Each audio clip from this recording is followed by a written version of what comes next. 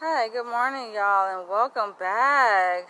It's a beautiful day out here, another beautiful day. The weather feels pretty great. It's not too hot, not too cold, but I can feel the sun coming up.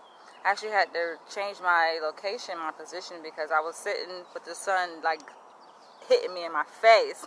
So I had to move to a spot where the sun is like more behind me, so it's not kissing me in my face so much.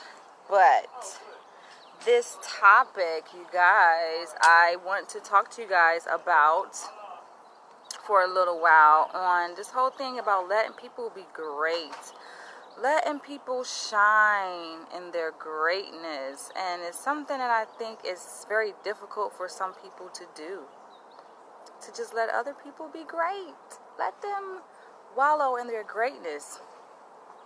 And I say other people, I mean people who are miserable. That's where it seems like people who are miserable have a really hard time letting other people be great. And I'm going to talk to you guys about several things as relates to my own personal experiences in life, some difficult times that I went through in my life that some of you guys know about, and I kind of touch like on the surface here and there in some of my videos and talk about these things, because like I said, I think the best place to really learn about the things I've been through in my life is to check out my book called American Dreamer. And it's coming, y'all. It's coming. Not this year, not next year, but I'm thinking 2020 is when I'm going to release my book, American Dreamer. And that's where you guys can learn the kind of full story about myself and how I got here where I am today. And with the book is also going to be a documentary that's going to be released with the book as well, also with the same title, American Dreamer, and a movie. So I'm really excited about those things that are coming in the future. I say near future, but for you guys, you're like, well, you just released the book already. Because you guys know I started writing the book back in 2009, and I actually was supposed to release it like a year later, 2010, but I decided otherwise. So here we go. It looks like, the sun isn't really hitting me, Like, maybe I can use a little bit more sunlight, but it feels good. So I think I'm going to stay in this spot right here. So, about letting people be great. Yeah, it's like I think some people have a difficult time just letting other people shine in their greatness. And I know it has a lot to do with people just being miserable, because misery loves company. And it just pains people to see other people smiling and feeling joy on the inside, They just like, oh, look at her. She thinks she all that. Look at him. He just think he got too much swagger. He think he all that. Like he can get all the girls and da-da-da-da. It's just like, come on, give some people a break. My former pastor in Jacksonville, Florida, Rudolph McKissick Jr., he's a bishop. He used to say this very interesting statement all the time. And he would say, you don't know how long a person has been walking with their head hung low. So, in so many words, he was saying, let them be great. Now, at the time, this whole phrase, let people be great, or let me be great, wasn't really popular back then. And I'm talking about around like in the early 2000s, I want to say, or like in 2000, let me see, around what time was that? Like 2000,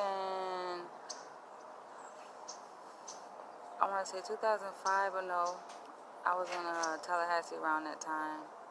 Anyway, it was like around the early 2000s anyway, when I was a member, of that church. And I'm still a member. Like, once you're a member, you're always a member. But I remember, like, when I was going to that church back around that time, he used to say that, like, you don't know how long a person has been walking with their head hung low. You don't know what a person has gone through in their life.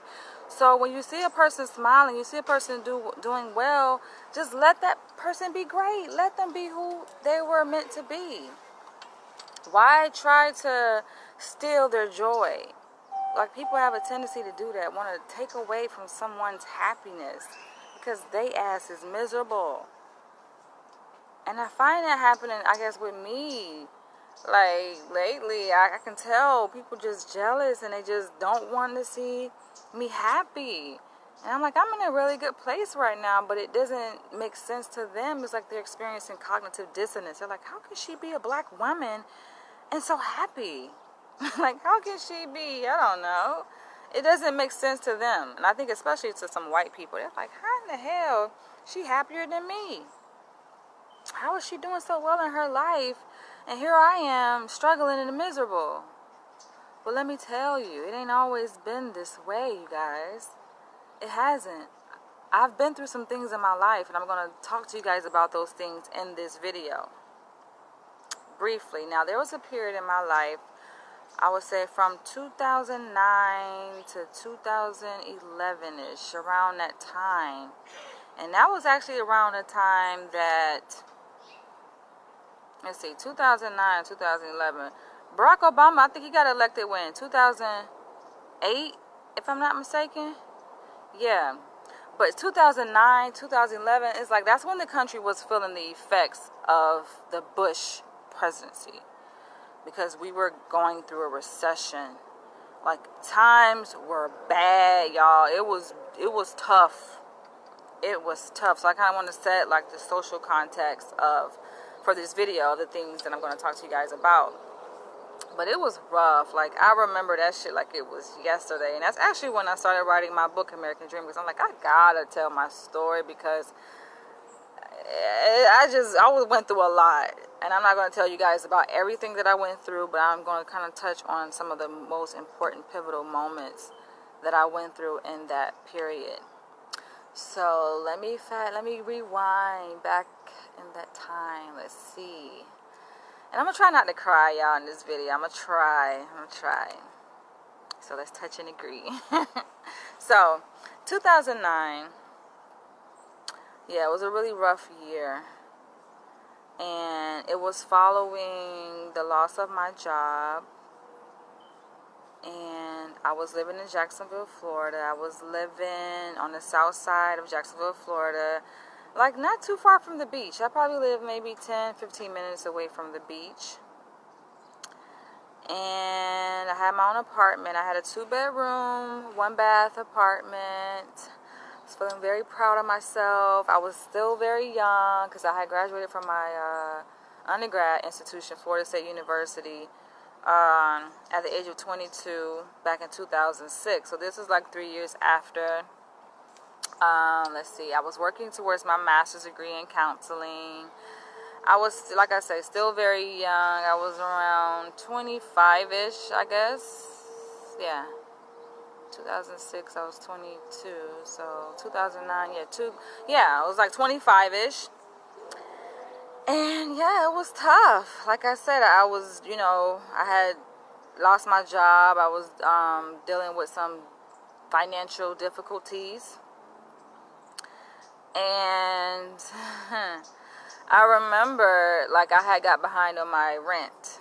My rent was way overdue, way past due. I'm talking about I was getting deep in the hole. My rent at the time, let me see, can I remember? What was my rent, y'all? My rent was $740. I want to say my rent was $740 at the time for a 2-bedroom, 1-bath apartment on the south side of Jacksonville, Florida. It's supposed to be like the nice neighborhood, so to speak. And it wasn't that far from the beach. Like I said, it was like maybe 10, 15 minutes driving to the beach.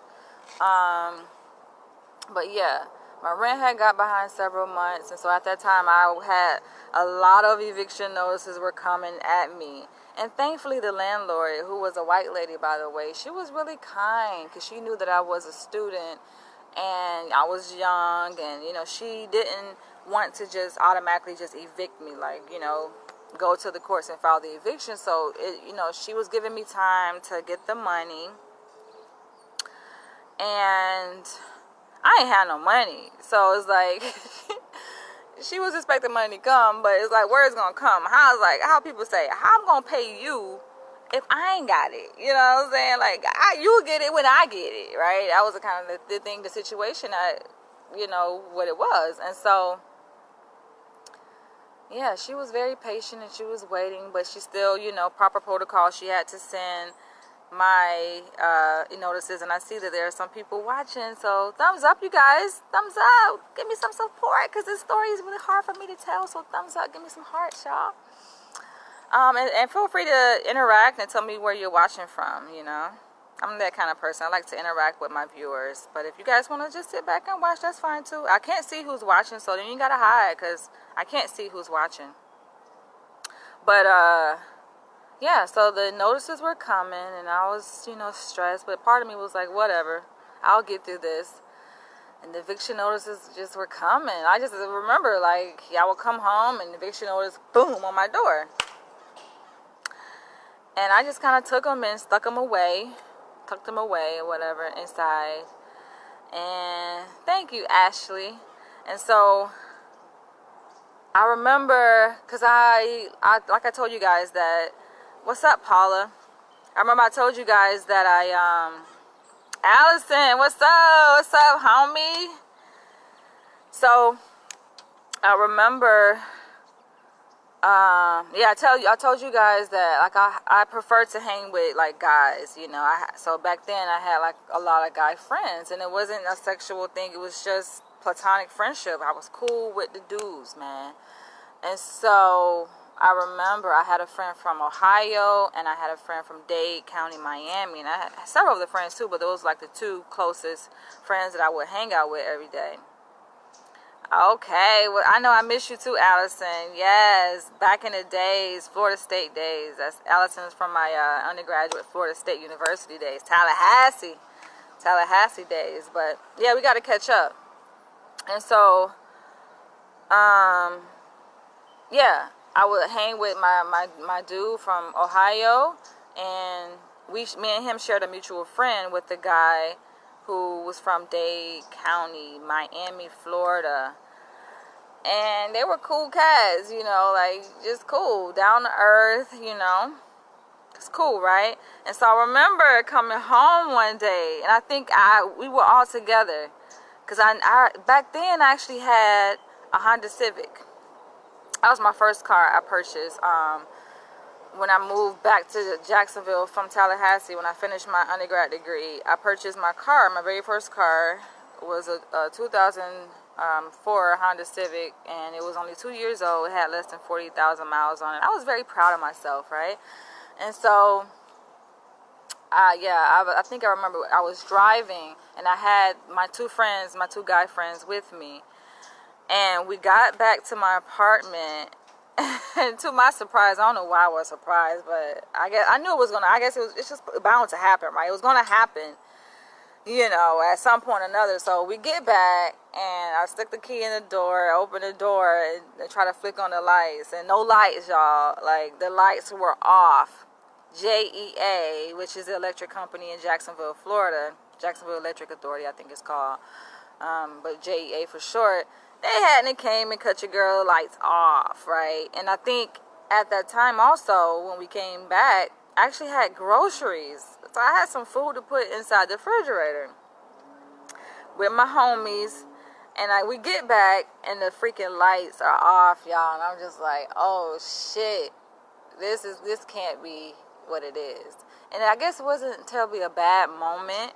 How some people may like to think, like, oh, she's facing an eviction, her lights off. But I had support, and I think that's the most important thing. Like, when you are going through a difficult time, if you got the support of your friends, then you can get through it, as opposed to, like, if you by yourself. It can be much more difficult if you're trying to go through tough times by yourself.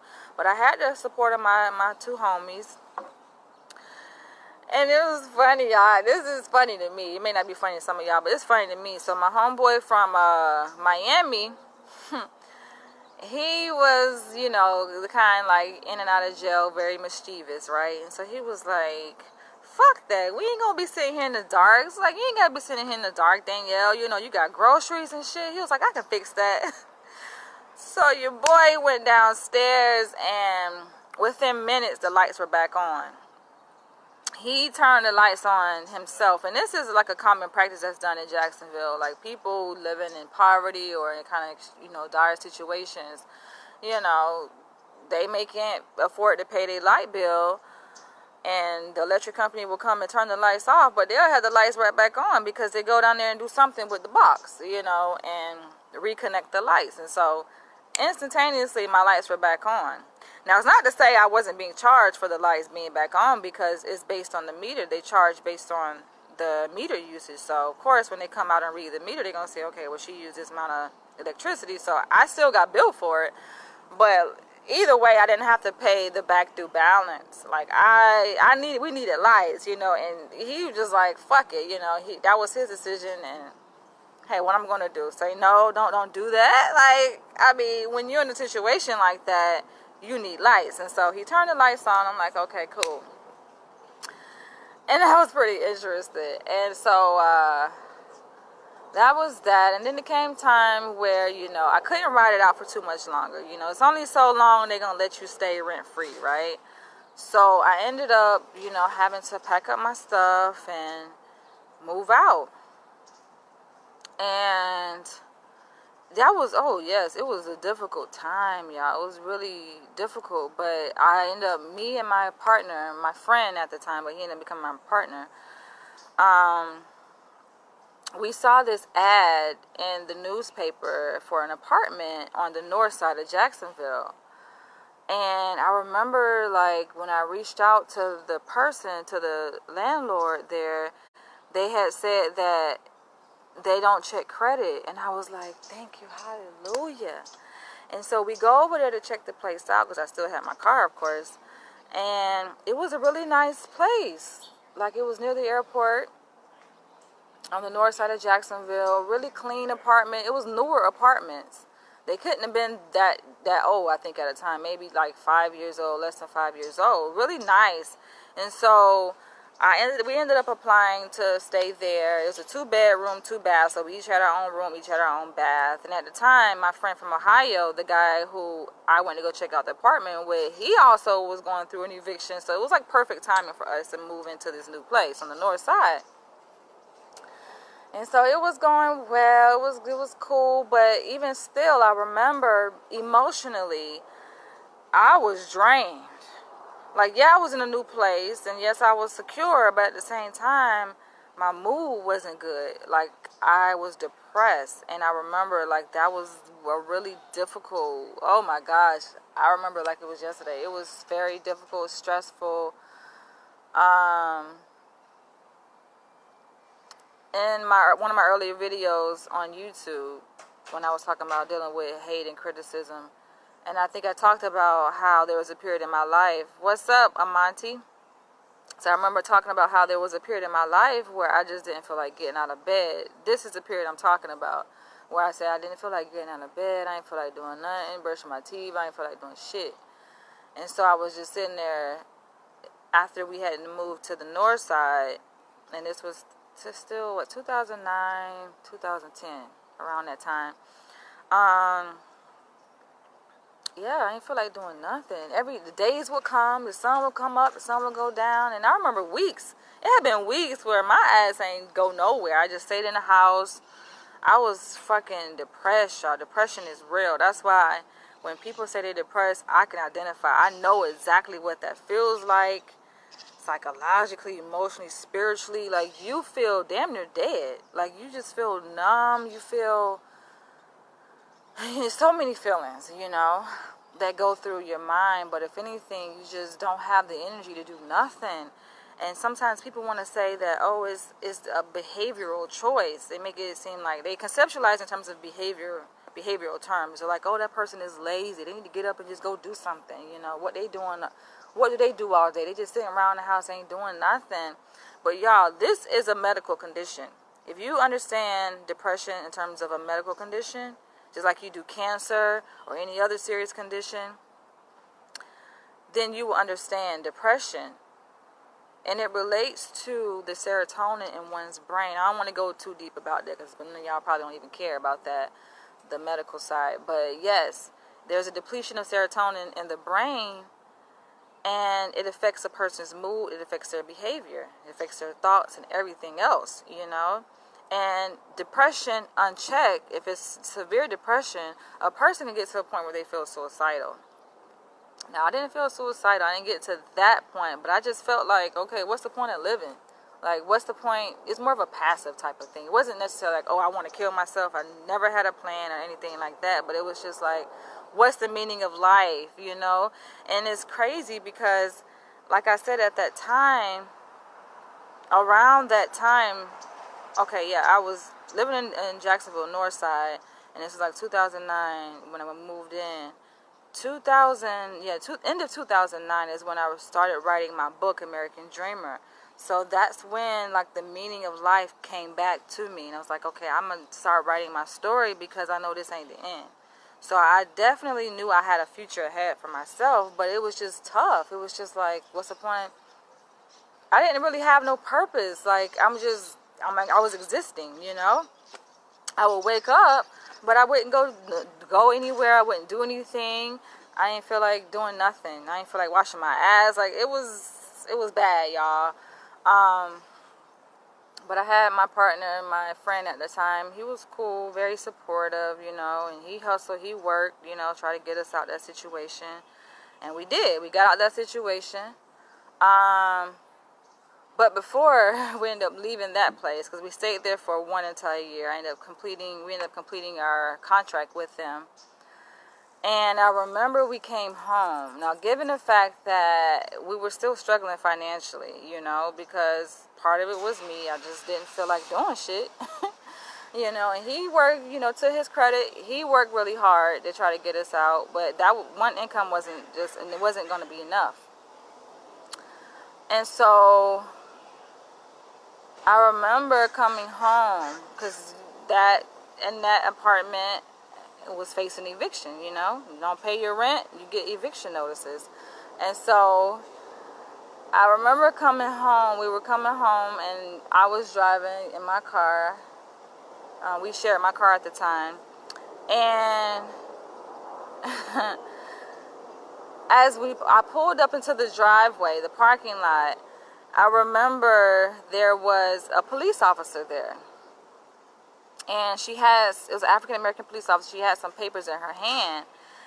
And I got out the car and I was walking down the sidewalk and we met her on the sidewalk. And being that I lived all the way up, I think on it was a top level we lived up, so we had to go up some stairs. I stopped her and I said, you know what, ma'am? I ain't even going to make you go all the way up there because I know those papers are for me.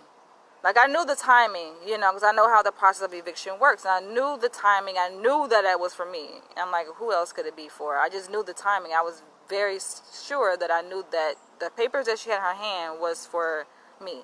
You said, I have a lot of clients who suffer from depression. Yes, it's real. You have clients. What do? Are you a therapist, Amonte? And so I told the officer that, and she kind of chuckled, and she confirmed my name. I said, I'm Danielle. And she was like, yeah, this actually is for you. She was like, wow, did you not? Like, I knew. I have very good intuition. And so she gave me the papers, and I saved her from the walk of having to go all the way up the stairs, and I took my eviction notice or whatever, and that was that day.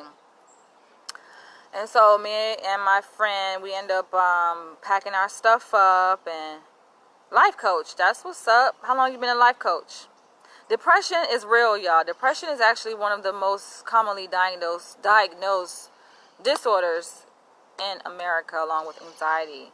They're at the top of the list when it comes to most commonly diagnosed mental health disorders. So it's real. A lot of people suffer from depression. Thank God I don't have depression anymore. It's like I rose above that. I'm going to get to that part. But, oh yeah, I missed the part. It's good that you said that because it just made me think. So the eviction notice came, but still around that time when I was living at that apartment, I remember that I actually was seeing a therapist. And I wasn't really seeing a therapist. I went to go see a therapist who I think actually was a nurse, a psychiatric nurse. And they ended up just putting me on antidepressants. So it wasn't like I was in therapy. I kind of was, but then I kind of wasn't. Because I was going, and I actually went through like maybe 3 or 4 different therapists. I had a therapist at my school while I was working towards my master's program. about 1 year strong. That's what's up, man. That's what's up. We need more people like you, man. It's really serious. It's a really serious issue that a lot of people kind of push under the rug. But yeah, I was seeing a therapist at my school. It was not really a therapist, like I said, it was a psychiatric nurse I was seeing at my school. She diagnosed me with depression and then wrote me a script for antidepressants. And so then I ended up going to see another therapist, I think in like Riverside area of Jacksonville. And I was seeing her for a while, but then I don't know what the fuck happened. I'm trying to remember, like, I think they ended up referring me to another therapist. I'm like, all these freaking referrals, right? Like, nobody wanted to see me. I don't know. It's like white people, they just have this discomfort, I guess, with treating black people. I don't know. But I kept getting kind of pushed around the system or whatever. Maybe because they felt like they weren't competent to deal with me or understand or conceptualize my problem. I don't know. So, okay, so from the psychiatric nurse at the school, now that I remember, y'all, this was a while back, so I'm trying to recollect my memory. So, the psychiatric nurse at the school, actually, no, I went to the second therapist was, what is the name of that place? It's like a social service agency where you get free services. It's based on your income sliding scale. So the second place, actually, from the school psychiatric nurse she referred me to this place. I can't even remember the name. I know it's probably gonna come to me after this video, but it's like a social service agency and they have like therapists. And I went there and I was talking to a person, I think it was a guy, for a few sessions, and then he ended up referring me to somebody else. I ended up getting another referral. And the third referral was actually the one in Riverside. And it was like a really nice building. I remember it was like really clean and really nice. And it was like middle class clients there. And I'm like, okay, I thought it was going to be well. But then, I don't know what happened, y'all. I don't know really what happened. So I stopped going to therapy, but I still had them pills that they prescribed me, the antidepressant. And to be honest, I was taking them probably for 2 weeks at most. And then I'm like, this shit making me feel weird. I stopped taking them. Because I remember they said it takes time for it to take in. You don't feel the effects of the antidepressants immediately. It has like a delayed effect to them.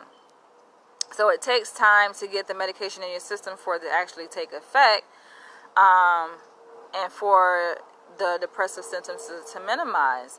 And so I remember, like I said, within those 2 weeks of taking the medication, like, I felt weird as hell. When I say weird, like, it was like an out-of-body type of weird. Like, I'm like, like, what is this? Is this real? Like, am I in my body? It was just weird, y'all. So I stopped taking them completely. And I remember, like, because, of course, I study psychology, so I know this stuff. And I remember, like, I had learned that you can't just abruptly stop taking antidepressants. But I did, because I'm just like, fuck this. I feel weird. I'm not going to take this anymore. So I stopped taking them. And then even when I started taking them, that's when I really felt weird, because that's what they say. That's one of the side effects of you abruptly stop taking the antidepressants. Then you can face having these out-of-body experiences, which I had. And I'm just like, what's going on? Like, I felt so disoriented. But eventually it went away. Thank God our brain has this amazing plasticity that it can recover and heal itself. And so I was healed from the effects of the medication. The depression kind of was still there, but it kind of went away too. And then I remember, after we packed our stuff up and we moved out, because the thing about eviction, you don't want to wait till like the police come, and then they physically have to remove your stuff. You want to be out before that date. So I never got to that point where it's like the police had to come and physically move my shit out. Like, hell no. I got valuable stuff that I want to keep. So I made sure that the timing was right, and I ended up moving out before that time. So we ended up moving out of that apartment.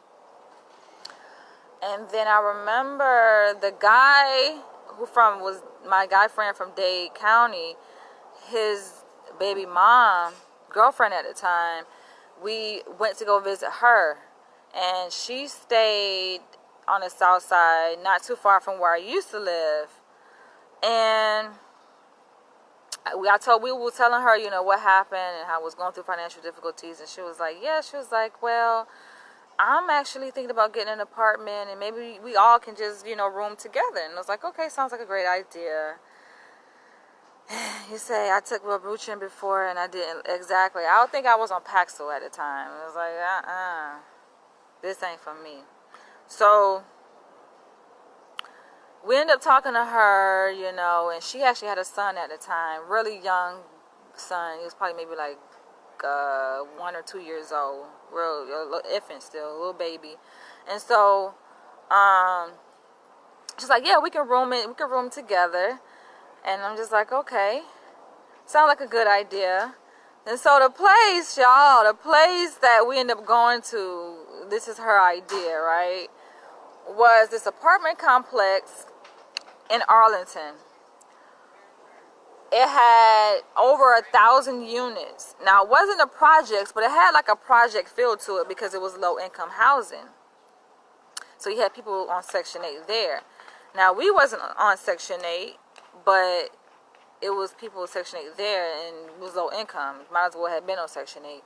And so, and then the thing about with Section 8, like, I've never been on Section, I don't really know how it works. I always thought you had to have kids to be on Section 8. So I guess I was ignorant to the whole thing. But I probably could have benefited from being on Section 8. I just never was on Section 8. And so, yeah, so she was saying, yeah, just apply. It's easy to get in. They didn't check credit or anything. And so I remember talking to the manager, the housing manager, who was like, yeah, they have running a special. It was like $99 to move in. All you had to pay was $99, and it was like rent free for 3 months. And it was like, dang, that's a bet, right? Because it just seems perfect. $99 and 3 months rent free. And when you think about that, when something sounds too good to be true, y'all, it is. And after we moved in, I realized why they was offering 3 months rent, because the place was fucking disgusting. Like, you shouldn't even have to pay to live there. If anything, they should be paying you to live there. That's how bad it was, y'all. They moved us into this apartment. They said that they was going to clean the carpet. The carpet was dingy as hell.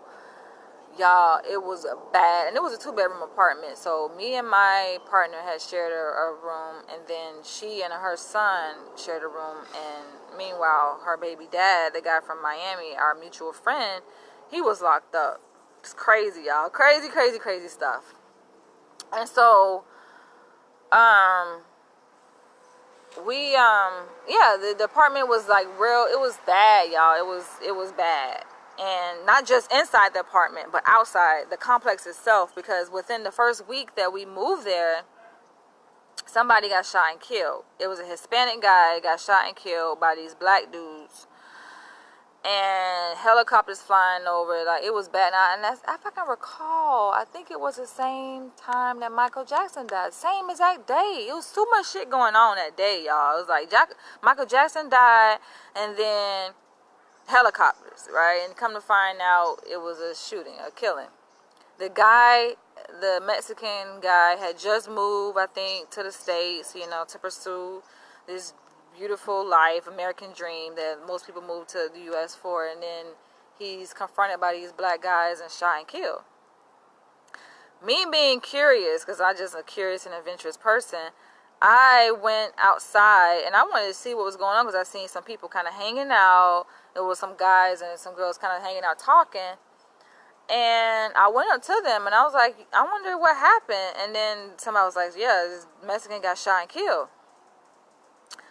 And I'm like, interesting. Now, one of the people that was in that crowd, this dude was sweating profusely. Like, this dude, he was sweating so bad. And granted, this was like nightfall time, so yes, it's hot in Jacksonville, but I'm like, it ain't that goddamn hot. Why is he sweating so bad? And part of my conscience was telling me that he was a killer, to be honest.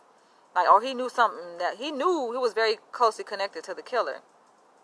And so I'm sitting here talking to these guys, and then one of the guys I remember said, like, if you was my girl, you wouldn't be out here. you don't need to be out here. It's basically saying that it's not safe. You need to take your ass back inside. And so when I heard that, yeah, I did a U-turn and went back inside. But I'm like, okay, I got my information where I needed to know. Like, it was a killing. It was bad, y'all. Helicopters and the guy. It was just something that struck me out about the guy who was sweating real bad and he was breathing fast. It just seemed like he was afraid for his own life. You know, like he knew danger was coming. But I'm like, why are you still here? Like, if you just shot and killed somebody, like, dude, why the hell are you still here? Turn yourself in or do something. It don't make any sense. It doesn't make any logical sense. So that was that, and we didn't stay there long. I think we lived there for like 3 months. It was just bad. It was too much shit going on in that neighborhood. Got up out of there, ended up staying and moving to this hotel in Bay Meadows area, which is even further south of Jacksonville, almost bordering St. Augustine, Florida, and ended up living there for I think 3 months, and then that's when we moved to Atlanta. I need to hurry up and go fast, y'all. It's a lot, and as you guys can see, like this is just from like 2009 to 2010. All of this stuff, y'all wonder why like I had to write my story, because your girl been through a lot, and that ain't even touching the surface. This is just a little bit, little peak. But yeah, we ended up moving to this hotel in Bay Meadows, stayed there for a few months, and then I'm like, I need to get up out of Jacksonville. It just seemed like too much bad shit was happening. Just all kind of bad stuff, you know. The guy who I was telling you that I was friends with from Miami, our mutual friend, he was locked up at the time because he had robbed a Metro PCS store. It was just stupid. Went in there, had a gun, held it to the people's head, and took some money. And instead of, I guess, running, this dude, like, after robbing the Metro PCS, which was literally like walking distance from this new place that we lived in Arlington, just walk home like it was nothing. Like, I'm just walking. And then, of course, the police came and arrested his ass. So he was locked up for that. Crazy. I don't know where he at now. But we ended up moving to Atlanta. I'm like, I got to get up out of here. And then we moved to Atlanta, and oh my gosh, it was rough. Yeah, because it's like we moved to Atlanta, you know, with really no plans or nothing kind of set in place there for us. I wanted to get away. And so got to Atlanta, and it was rough. We ended up, before moving to Atlanta, because actually before I left Jacksonville, and y'all know that I was strapped financially, so y'all wondering probably like, what happened to the car, the Honda Civic? The car was behind on payment, so what I ended up doing, I ended up having to leave the car in Jacksonville because the people was going to repossess it anyway. So I'm like, you know what, I'm going to just sit this right here, you know, because I know I'm moving to a totally different state, and I feel like I'm the kind of person, I like to just settle things, right? I ain't like to let stuff keep piling up, and let some people like, oh, I'm letting them come find me. No. I'm just feel like, let me just settle and do business the way I need to do it correctly. And so I actually parked my car in the parking lot, and I called the bank who owned my car, essentially who I was making payments to, and I told them that, you know, I'm going to park my car here, you guys can come pick it up. You know, you don't have to keep bothering me no more about this goddamn Honda Civic, you know. And I did that before I moved to Atlanta. We moved to Atlanta in 2010 for the first time, because I actually moved there twice, but that's the first time we moved to Atlanta. And then before we left Jacksonville, Florida, we ended up buying a car, this Ford, found on the road dead, essentially, because Fords, like, they're not good cars, in my opinion. And so it was an older car, bought it cash. It got to Atlanta, but the moment we got to Atlanta, the car broke down. All our shit is packed up in the car. It breaks down. It's just like, can our life get any worse? It was just bad, y'all. And so I remember we were staying in a hotel that time. First time we moved, you know, we're staying in a hotel. And the plan was, you know, to get a job, which he ended up getting a job or whatever. Of course, I was putting my resumes, trying to get a job. And you would think, with a bachelor's degree and having went to grad school, working towards a master's degree in counseling, that I would be just so hireable, right? Apparently, no. So I had sent my resume out to all these different places, and nobody wanted to hire Danielle. And I'm kind of glad that they didn't, because that's how I was able to hone my business skills. And you guys kind of know my story. From that, you know, being unemployed and not getting offered a job, I created a job for myself. So now I'm a CEO now. But yeah, that was, oh my gosh, rough. Seems like so long ago, because I kind of put that life behind me. But yeah, so struggled to find a job, but he got a job. It's interesting how a man can get a job quicker than a woman. But he got a job. He didn't have a bachelor's degree, you know, no college education at the time. He got a job, but I didn't. But that still wasn't enough. It just ain't enough. You know, you need more than one income, especially based on the income that he was bringing in. And so we lived that life for a couple months. I think it was like 3 months. We was in Atlanta from October 2010 to October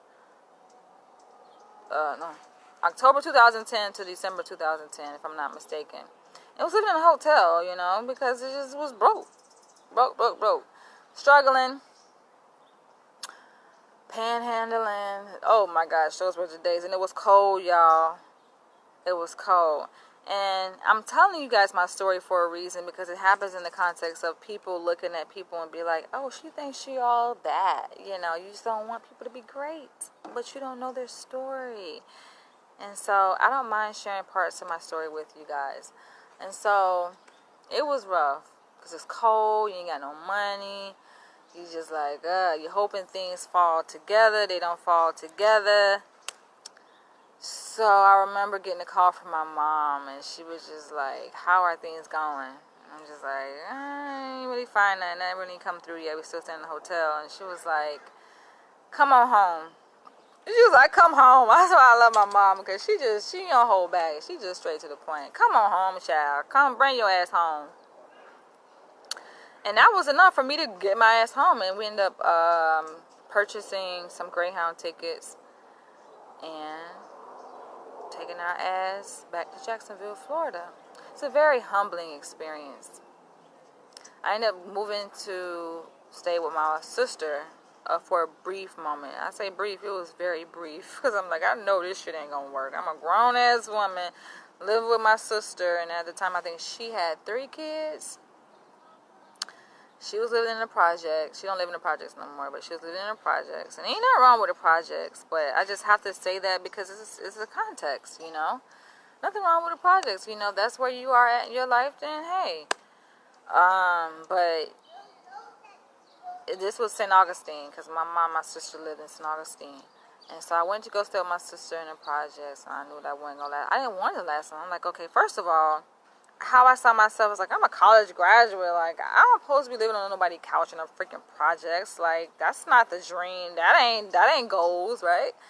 So I ended up, of course, having plans to get my shit together and move out. My partner, on the other hand, he ended up staying with his uncle in Jacksonville. So we weren't that far apart, and we both had plans to get our shit together, pull things together, and end up uniting. Thankfully, I had a friend. He's from Namibia, Africa, and I'm still very much in contact with today. He was living in Jacksonville at the time. And I told him what was going on. And I was like, I just need your help just for a brief moment. I got some money coming in. I just need your help for a brief moment. If you would allow me and my partner just to stay with you for a brief moment, I would greatly appreciate it. And I owe you big time. And he did not hesitate. That's why I love Africans, because they just so, not to say African Americans are like this, but sometimes African Americans can be a little funny with stuff, right? He did not hesitate. He was like, come on. Now, how many people you know going to allow, they may take in their friend, but to allow their friend's boyfriend to come? Like, nah, he can't come. They'll be like, nah, that ain't coming. But he was like, come on. And I was like, thank you, God. Like, he let me and my friend come to stay with him. And he had a really nice apartment in Riverside, nice area of Jacksonville, Florida. And I remember we stayed there for a brief moment and then ended up moving to a condo back on the south side that was not too far from the beach. And so, yeah, I think that pretty much sums it up what I'm going to share in this video. But it was rough, you guys. Like, when I say that period of my life was rough, and not just that period. I mean, I've had a lot of rough periods in my life, but that's one that kind of sticks out when I think about my story. And it was rough. We ended up moving to that condo. We stayed there for a year because I'm like, I really ain't feeling Jacksonville like that too much because it's not that many opportunities. Everybody know that, at least not in the way that I see. I'd applied to almost every mental health agency there, and I just wasn't getting no pull. And so I wanted to move back to Atlanta. And so I remember it was 2000, let me get my dates right. 2011 is when we moved back to Atlanta, Georgia. And it worked out, actually. It worked out for us. It was still a struggle, though. I ain't gonna say it was peaches and cream. It was still a struggle. I can't tell you guys everything that happened and all the details, you know. Like, you have to read my book. Even my book, of course, it doesn't tell everything because there's no way I can put every single thing that happened to me in my entire life in a book. Like, that would be many volumes of a book. But we ended up moving back to Atlanta in 2011, and I lived there for 3 years with him. And I moved from Atlanta in 2014 to move to New York City. And the rest is history. It's history. But I could just recall, like, you know, the tough times where even, I'm trying to remember, was it Jacksonville or Atlanta? Some of it is kind of just all in one, because it was just a period of just struggling. So I kind of, sometimes it's difficult for me to separate the two from Atlanta and Jacksonville.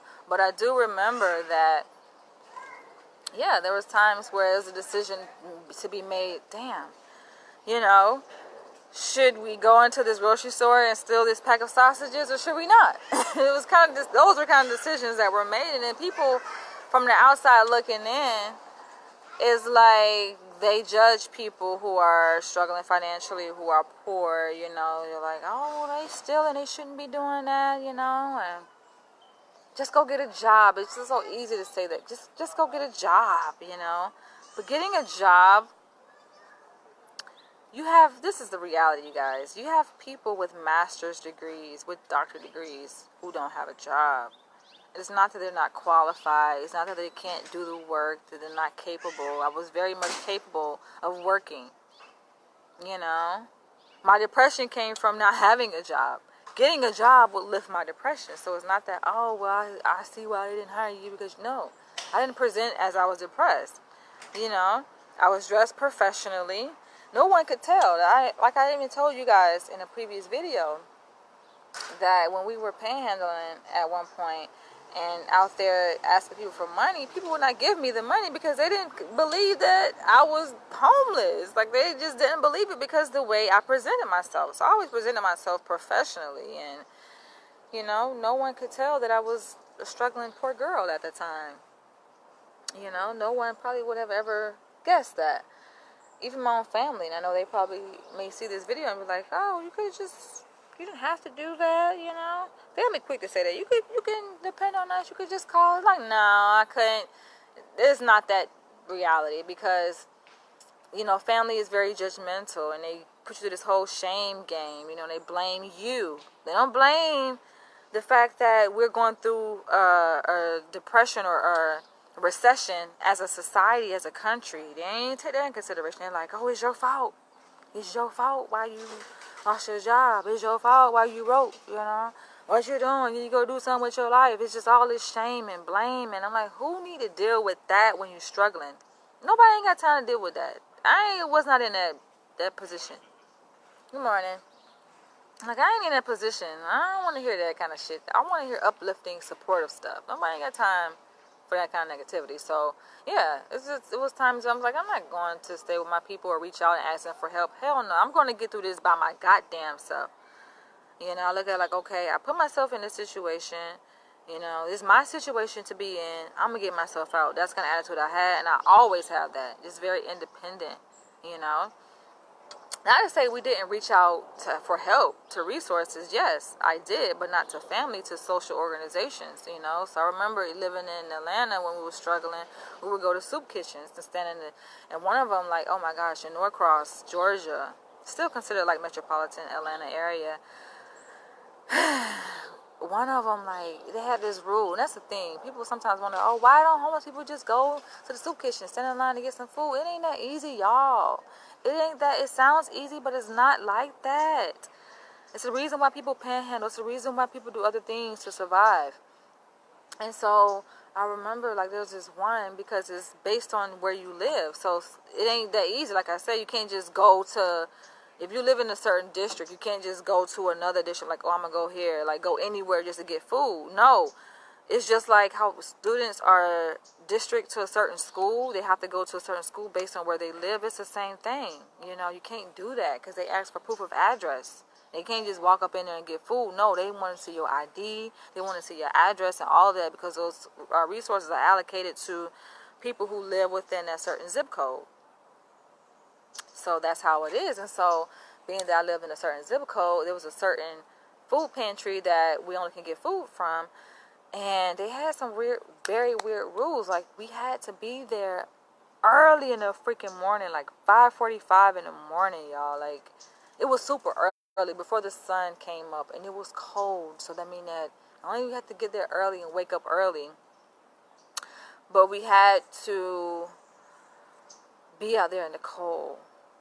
And I just remember it was cold, just standing there in the cold, and it was a long line. Even though we tried to get there super early as we could, it was still a very long line of people, because I don't have any kids, you know, but it was people that had kids, and so it was like, obviously they have a bigger need than me, and so it was families out there, and I kind of felt bad for them, children out there in the cold. When I say cold, like in the teens, you know, or the low 20s, it was freezing cold. But I think now I'm kind of immune to the cold. I can handle it now. It's just like cold. That ain't cold to me. And even like, I was funny when I'm at my prac site, and my co-therapist, they're like, oh, it's freezing in the air, and I'm just like, child, this ain't nothing. I've been in 10-degree weather out there in the cold waiting on some food, standing in line trying to get food. So your girl got thick skin. Some people look at I ain't gonna say some people, just one person that has said this, like, oh, you're guarded. I'm not guarded. I just have thick skin. I'm a tough girl, you know, and my life experiences have shaped that. And I'm very proud of my life experiences, because it speaks to my strength. It speaks to my resilience, my ability to get through tough times. You know, so I've been through some stuff, and like I said, that's only from like 2009 through 2011. Like, your girl been through I've been through some stuff, y'all. Been through some difficult times. I remember even when I was in high school, living with my dad. I've told this story before, how I actually, what grade was this? 10th grade? Wait. 10th grade. Or 11th grade. 11th grade. 11th grade, y'all. I was in a magnet school. I qualified because I had very good grades, high GPA, and I had to apply to get into this school, this magnet school. It's like a college prep school, right? But being that, even at that time, I was depressed. It's like, how can a teenager be depressed? But I was. Because I guess it was a transition for me. It was a life change for me, because I had ended up moving away from my mom's house to go live with my dad. I told you guys about that. So y'all don't know, God, go back and find one of the videos where I talk about that. But I ended up running away from home from my mom's house and go stay with my dad. And I guess it was a huge transition, and I fell into depression. So, it's just crazy, y'all. I remember I got called into the office, the dean's office, and it was like, do you not know you missed 45 days of school? I'm like, how the fuck I missed a whole 9 weeks? I missed a whole goddamn 9 weeks of school, and this was not even like maybe halfway through the year. I was skipping school left and right, y'all. And my dad, he was like, I mean, I guess I was lying to my dad because he was, I would tell him I was going to school. But then not even lying, because I actually would get permission from him. Like, I would have him sign this thing saying that whatever. And I would take it to school.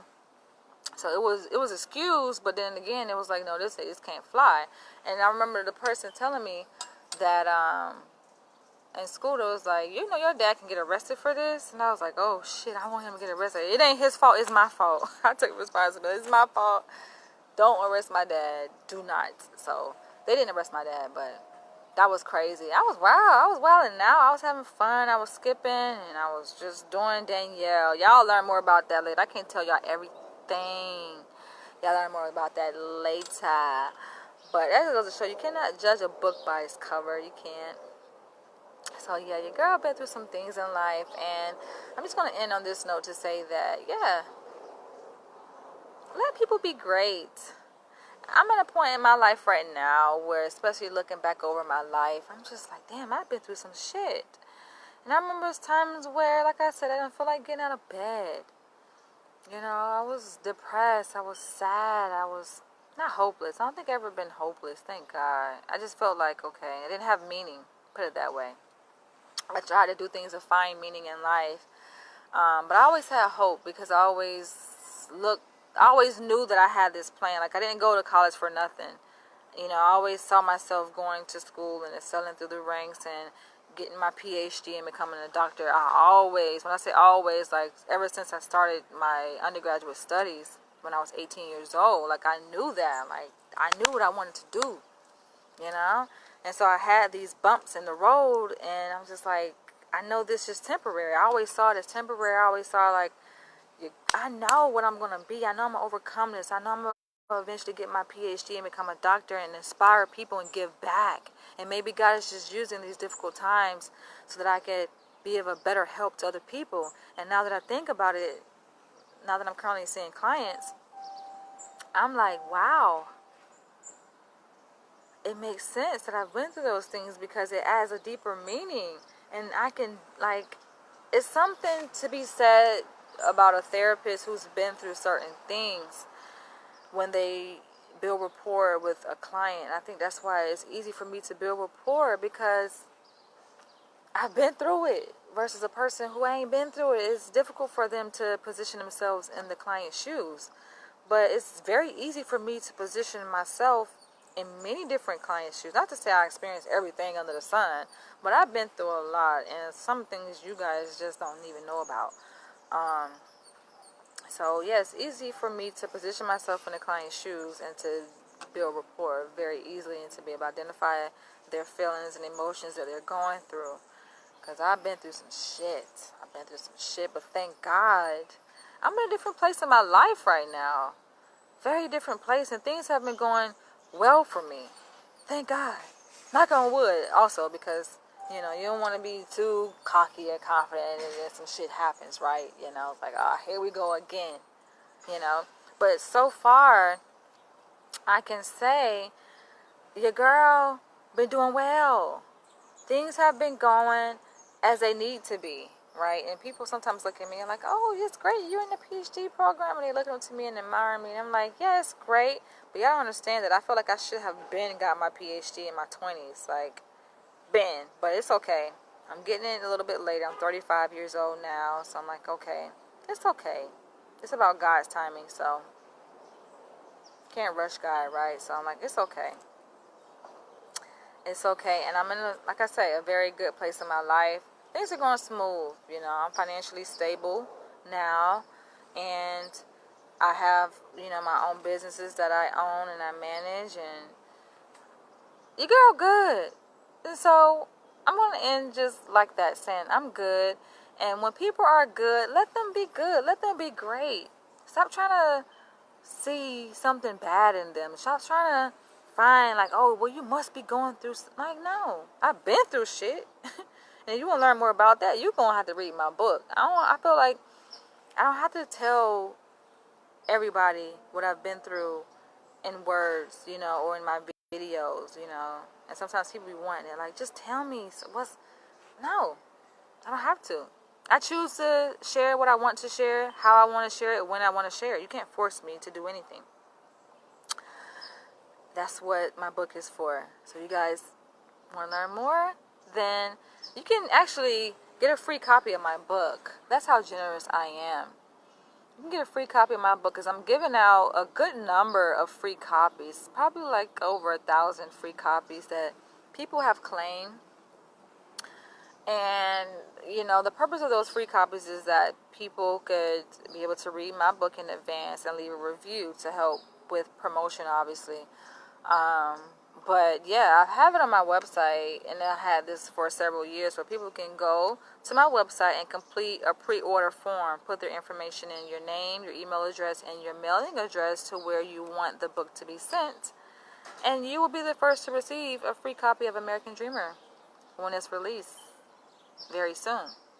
So with that being said, I gotta go because I have some work to do. I actually have a presentation coming up on Tuesday, and every week I agree to give my chairperson of my dissertation a good amount of writing towards my lit review. So I'm going to go ahead and do that, and I hope you guys have a very blessed and awesome day. And cheers to everyone who has overcame difficult times in life. Just because we go through difficult times in life doesn't mean that it has to, of course it shapes us, but it doesn't necessarily define who we are. And a lot of times I think people, they want you to still be stuck in those times. They're like, oh, well, you was homeless, or you was depressed, so you should be homeless now. And yeah, I'm pretty sure you're probably depressed. Like, no, that was then. I don't have a reason to be depressed. In fact, I have every reason to be grateful and happy, you guys. Like, I'm like, hello, I'm from the hood. I'm from the country, Jacksonville, Florida. Like, we don't see these kinds of things. Like, being in Los Angeles and having the opportunity to live in New York City, like, it's a blessing to me, you know? I'm being able to experience different parts of the world and meet different kinds of people that I wouldn't have had the chance to do in Jacksonville, Florida. So I'm like, I feel very blessed. So let me just appreciate my blessedness, you know. But it's always that one hater be like, oh, you think you all that. I'm gonna end on that note. I'll catch you guys later. Love you guys. Bye.